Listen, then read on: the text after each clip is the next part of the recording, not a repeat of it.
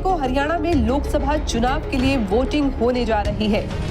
ऐसे में कुरुक्षेत्र लोकसभा सीट पर भाजपा प्रत्याशी नवीन जिंदल, इंडिया गठबंधन के उम्मीदवार सुशील गुप्ता और इनेलो प्रत्याशी अभय सिंह चौटाला के बीच रोचक मुकाबला देखने को मिल रहा है।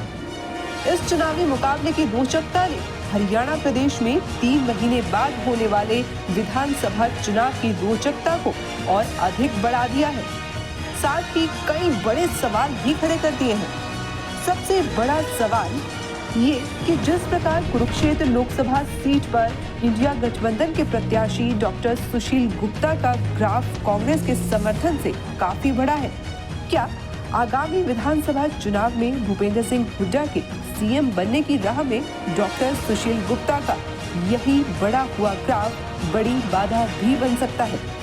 क्योंकि देखने में ये आया है कि जिस प्रकार कुरुक्षेत्र लोकसभा के अंतर्गत सभी विधानसभा सीटों पर कांग्रेस की टिकट पर एक नहीं कई दावेदार थे, वहीं अब विधानसभा की टिकट के लिए दावेदार 2 गुटों में बटे हुए नजर आ रहे हैं। एक गुट भूपेंद्र सिंह हुड्डा को अपना नेता और भावी सीएम मानकर हुड्डा के भरोसे सुशील गुप्ता को जिताने की कोशिश में लगा हुआ है। वहीं दूसरा ग्रुप सुशील गुप्ता को जिताकर अपनी विधानसभा की टिकट सुशील गुप्ता के माध्यम से पक्की करने की मुहिम में जुटा हुआ है। ऐसे में निसंदेह कांग्रेस की टिकट पर चुनाव लड़ने के इच्छुक यह 2 तरह के भावी उम्मीदवार एक दूसरे को पछाड़कर टिकट पाने की जद्दोजहद में जहां कांग्रेस को नुकसान पहुंचाने का काम करेंगे, वहीं उस स्थिति में भूपेंद्र सिंह हुड्डा के सीएम बनने की राह में बड़ी बाधा साबित होंगे। उदाहरण के तौर पर थानेसर विधानसभा सीट पर पूर्व मंत्री अशोक अरोड़ा का दावा सबसे ज्यादा मजबूत है। वहीं अशोक अरोड़ा के कांग्रेस में आने से पूर्व कांग्रेस की टिकट के कई दावेदारों में एक नाम अमित गर्ग शेंकी का भी शामिल है। वहीं अमित गर्ग अब सुशील गुप्ता की जीत के लिए कंधे से कंधा मिलाकर उनके साथ चल रहे हैं।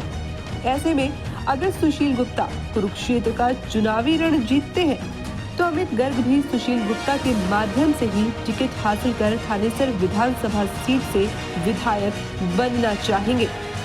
इसी प्रकार पेहवा विधानसभा सीट पर जहां चट्ठा परिवार का कई दशकों से बोलबाला है और भूपेंद्र हुड्डा और चट्ठा की मित्रता किसी से छुपी नहीं है, ऐसे में पेहवा सीट पर हाल ही में कांग्रेस में शामिल हुए संदीप ओमकार भी सुशील गुप्ता की जीत में कंधे से कंधा मिलाकर उनके साथ चल रहे हैं।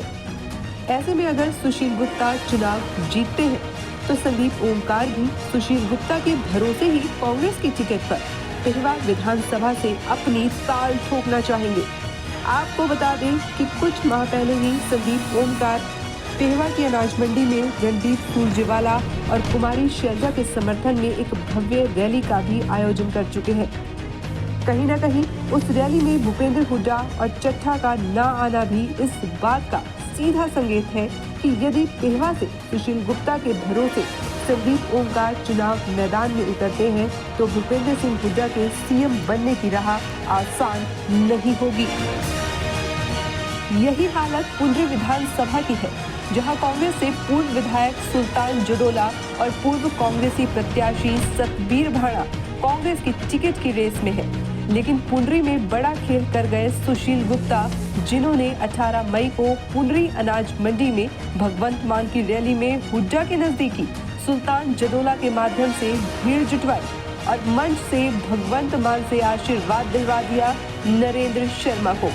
और सबसे खास बात यह है कि कुरुक्षेत्र लोकसभा की सभी 9 विधानसभाओं में हुड्डा साहब के प्रत्याशी लगभग तय है। ऐसे में कांग्रेस की टिकट के चाहने वालों की बी टीम सुशील गुप्ता के खेमे में जा चुनावी जंग में उतरेगी और सीधा नुकसान हुड्डा साहब के मिशन सीएम को होगा। यही हाल कुरुक्षेत्र लोकसभा के अंतर्गत आने वाली सभी सीटों पर नजर आ रहा है, जहां पुराने और वरिष्ठ कांग्रेस नेता हुड्डा के भरोसे कांग्रेस की टिकट पर चुनाव लड़कर हुड्डा को सीएम बनाना चाहते हैं। वहीं दूसरी ओर अब बहुत से दावेदार ऐसे भी हो चुके हैं जो इस चुनावी रण में सुशील गुप्ता को जितवाकर अपनी टिकट पक्का करना चाहते हैं। परंतु अगर उनकी टिकट पक्की होती है तो भूपेंद्र सिंह हुड्डा के सीएम बनने की राह मुश्किल ही नहीं बल्कि नामुमकिन हो जाएगी।